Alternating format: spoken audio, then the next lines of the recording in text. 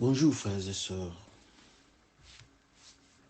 Nzambe abatela bino abatela biso pe na ndenge toza na kati ya kokende liboso abatelaka biso kaka. Nzambe azali nzambe ya mawa, abatelaka biso na kolia na biloko toliaka, abatelaka biso na nzela ndenge tozotambola na bamai tozomela. Nzambe abatelaka biso. C'est votre frère Bifa le Bifou. Nous allons parler de la question du jour. Notre question du 20. Nous allons parler de ça. Est-ce que réellement la table du roi de Babylone est essuyée? C'est dans Daniel 8 jusqu'au 13e verset. C'est l'histoire de Daniel avec ses amis, avec ses frères.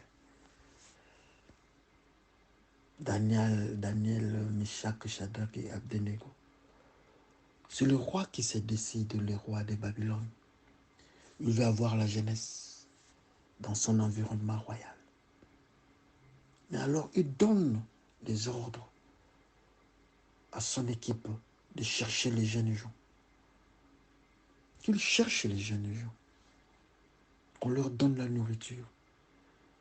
Pour quelques jours, après, ils vont passer à l'interview.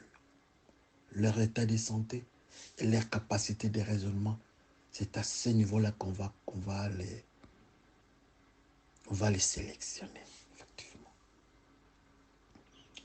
Mais il fallait manger à la table du roi, à la maison du roi, la nourriture du roi.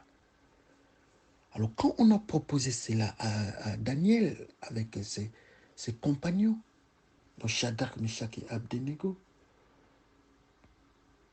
il réagit. Daniel réagit avec ses amis, dit non, nous n'allons pas manger à la table du roi. La table du roi est essuyée. Si vous pouvez nous laisser nous donner les légumes pour 10 jours, après la semaine, vous allez voir qu'est-ce que nous allons donner comme état, comme un bon point, comme état de santé, comme apparence de santé. L'apparence corporelle, vous allez apprécier ça après quelques jours.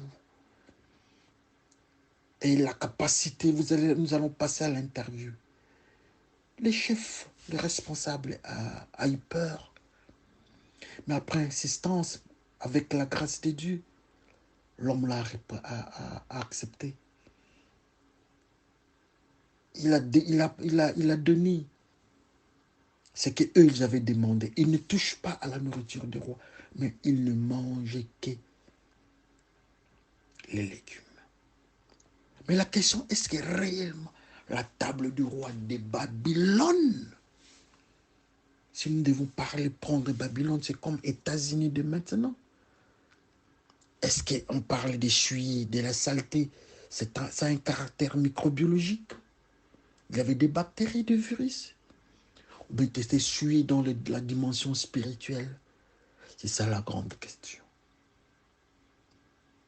Mais comme nous avons toujours l'habitude de parler des dimensions spirituelles, nous allons aussi palper la dimension spirituelle. Mais si nous devons parler sur le plan matériel, physique, je ne crois pas que la table du roi pouvait être essuyée. Non. Non. Mais quand notre frère nous parle d'une table, de la suyer, alors il s'agit de quel type d'essuie? Parce que Babylone représentait la puissance économique comme militaire. Le développement, c'était Babylone. Mais est-ce que réellement, il parlait de cette nourriture physique ou bien de la saleté physique? Et puis, ils ont refusé cette nourriture. Nous ne mangeons pas à la table du roi essuyé. Sa nourriture était mal préparée. Ou bien, qu'est-ce qui s'était passé? Mais quand nous avons dit que c'était la table du roi, avec toutes les dimensions de la maison royale, je ne crois pas qu'on pouvait avoir une maison à Babylone qui pouvait avoir une table plus garnie que la table du roi. Donc ce n'est pas un problème de nourriture, de la qualité de la cuisine, non. Mais alors, nous pouvons voir ça dans quel angle? C'est pour cela que je demande si nous pouvons aller encore, comme nous avons toujours dit, allons au niveau spirituel. Babylone, le roi de Babylone. Vous connaissez l'histoire des rois de Babylone. Ce qu'ils ont fait, ils ont pillé la maison de Dieu, les temples de Dieu. Ils ont ravagé, ils ne respectaient pas Dieu. Ils avaient leur Dieu, ils avaient leur culte. C'était un peuple païen. Assurément, dans l'environnement royal, c'était le paganisme. Mais à quel niveau ces enfants qui craignaient Dieu, ils disent que nous ne pouvons pas toucher, manger à la table du roi. Peut-être il avait des cérémonies idolâtres. Il y avait des choses. Ils ont dit non, nous ne pouvons pas. Mais ils ont proposé une autre nourriture. Qu'est-ce qui était alors sur cette table-là qu'eux, ils ont repoussé? Mais si nous pouvons bien voir, comme nous avons dit, il y avait le paganisme qui les caractérisait. Alors la suire dont il parlait, c'était une suire assurément spirituelle. Parce que Dieu nous parle de ces jeunes gens-là. Ils avaient un respect spirituel, ils avaient la crainte de Dieu. Alors quand ils repoussent, assurément, s'il faut aller très loin, leur point de vue, c'était un point de vue spirituel. C'était une suire spirituelle. Il y avait quelque chose qui n'allait pas dans cette nourriture-là, dans ce que les rois mangeaient. Ils ont demandé une autre dimension. Ils disent non, si vous pouvez nous accorder une autre nourriture que nous vous demandons, nous voulons avoir les légumes. Notre Dieu va nous donner des capacités et vous allez apprécier vous-même. L'homme l'a dit, ok. Mais ce qui nous intéresse encore, ils ont demandé les légumes. Ils refusent la nourriture du roi. Mais ils prennent les légumes. C'est ce qui est intéressant. Ils prennent les légumes. Est-ce que les légumes a une signification spirituelle? Le légume, comment est-ce qu'on préparait pour eux? C'était toujours dans la maison du roi. Je ne sais pas si ça ne passait pas sur la table du roi, je ne sais pas. Ou bien ça ne passait pas aux cérémonies. Mais ils ont demandé les légumes. Est-ce que les légumes, ça a une signification spirituelle? S'ils arrivent à demander les légumes, est-ce que les légumes, en fait, ça a une dimension spirituelle? Alors, pour comprendre le phénomène légumes, dans le monde spirituel, quand on parle de légumes, ça a une signification. Pourquoi nous parlons des significations?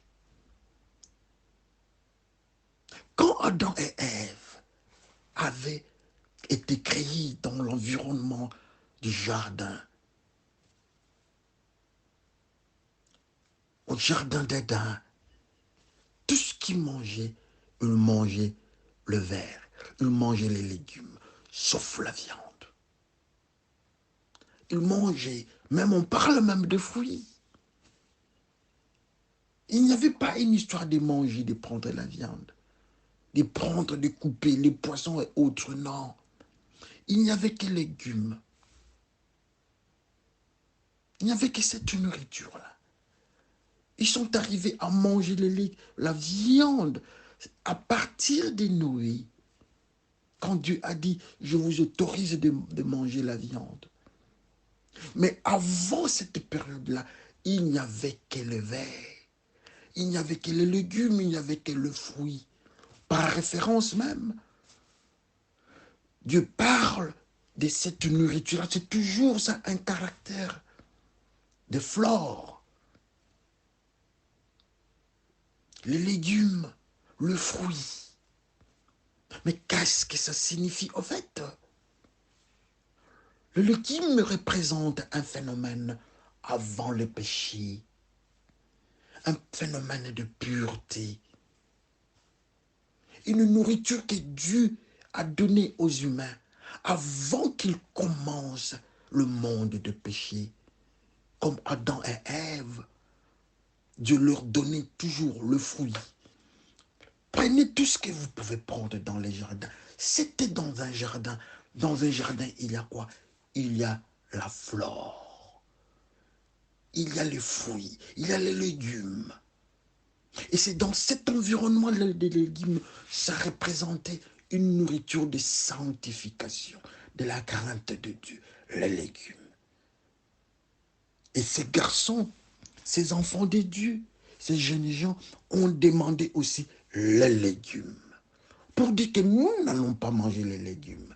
Nous n'allons pas toucher à la nourriture du roi. Mais nous allons manger ce qui est dans le mystère de la pureté.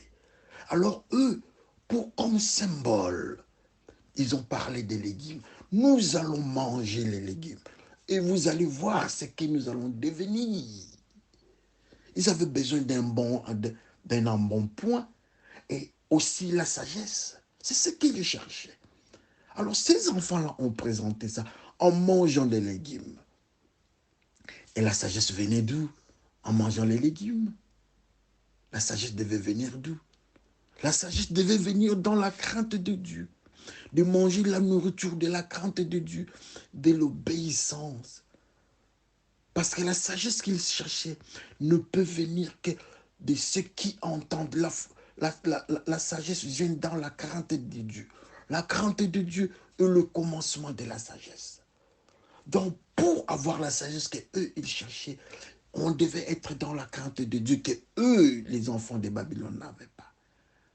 Alors, Shadrach, Meshach, Abednego avec Daniel sont restés dans la crainte de Dieu, dans le système des légumes, dans le système d'Adam et Ève avant le péché, dans le système du jardin qui est codé par les légumes.